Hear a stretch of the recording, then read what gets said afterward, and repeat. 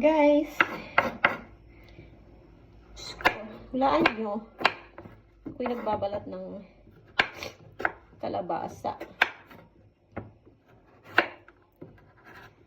Hulaan nyo anong lutuin ko. Ano to?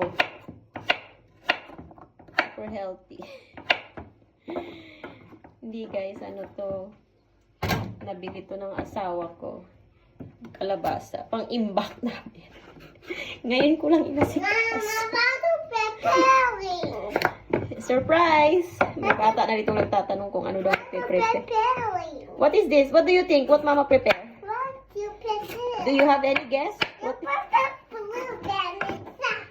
Ano ito? Lubenitsa. Akala niya watermelon to.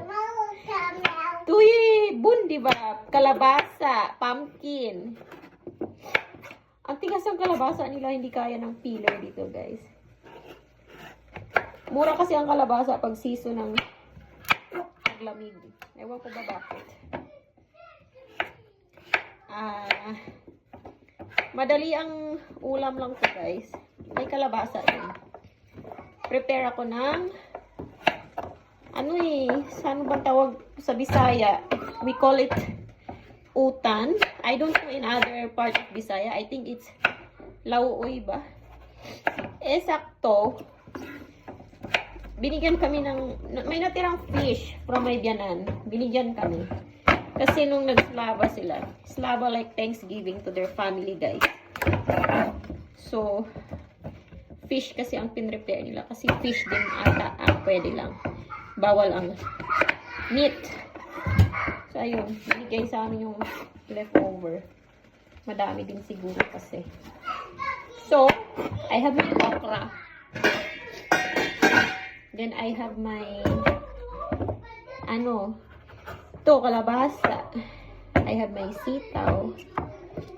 Then, nakabili rin ako ng although wala namang malunggay here, so, pwede na yung spinach. Yun ang ihahalo ko. Ayun. Solve na ang lunch. Yung asawa ko, to be honest, walang arte yan sa food. Halos Filipino foods ang piniprepare ko for us. Nakakakain na lang siya ng Serbian.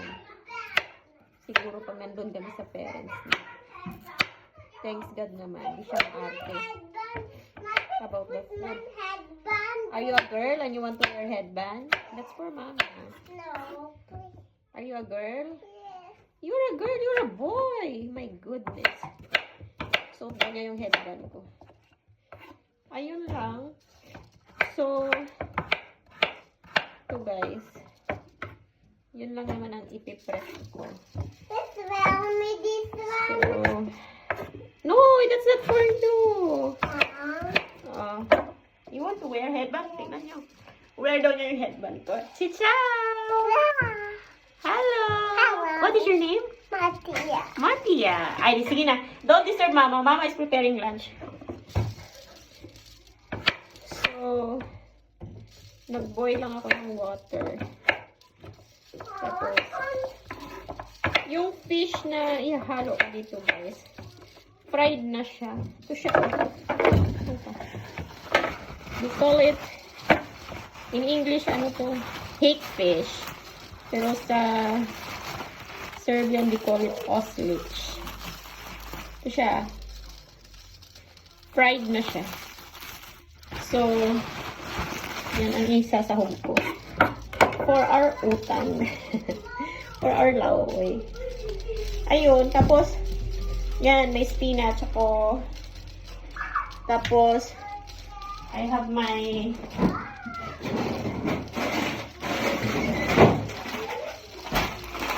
okra, frozen as usual. Wala naman tayong fresh kasi lamig. Plus, I have my, oh my god,